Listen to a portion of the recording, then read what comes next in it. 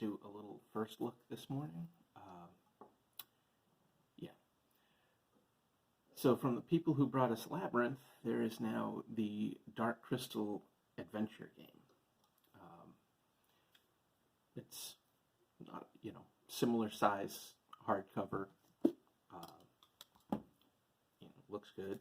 I'm going to cut into this. Cut away from yourself. Don't do what I do. Don't follow my lead. So the Dark Crystal is pretty formative for me.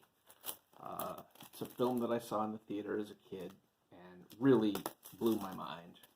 And it's always really been a favorite of mine. For some reason, I guess because of the Jim Henson connection, but the Dark Crystal and Labyrinth always have been sort of linked. I feel like they used to show them on TV kind of together a little bit, and certainly when they came out on VHS, they came out at the same time so they're always kind of linked in my mind, and there's almost like a Star Wars, Star Trek thing with them, where it's like, oh, do you like Labyrinth better or the Dark Crystal better? Whatever. I like them both. The Dark Crystal is a more important film to me because it's more foundational. I saw this in the theater as opposed to tracking Labyrinth down later on VHS, and this movie was very inspirational for me in a lot of ways, including with my Conquest of the Sphere setting that I've written many stories in. You can check the links below.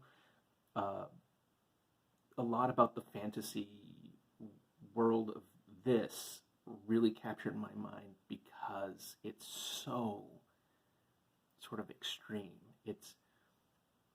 There's not really any recognizable things in it. There aren't humans, there aren't dogs, there aren't horses.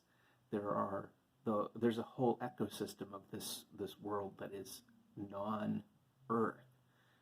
And that's an important thing, I think, and it's something that really stuck with me when I made Conquest of the Sphere. I think it's been an important part of the Conquest of the Sphere setting. So anyway, here's the book. It's a very nice looking book.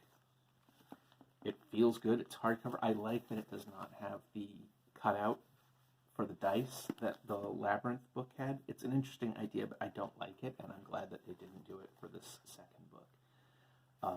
It looks like some Brian Froud art as well as art from others. It has several ribbon bookmarks, which I certainly like. I don't know what this game is really going to be like.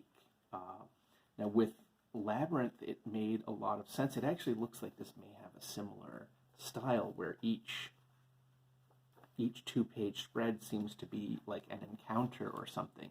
With Labyrinth, that really made sense because you're talking about going through the labyrinth and each little encounter being like that. I don't know how it works in this game. I don't know if it's going to be one continuous adventure that you go through or not. Oh yeah, there is a bookmark in here.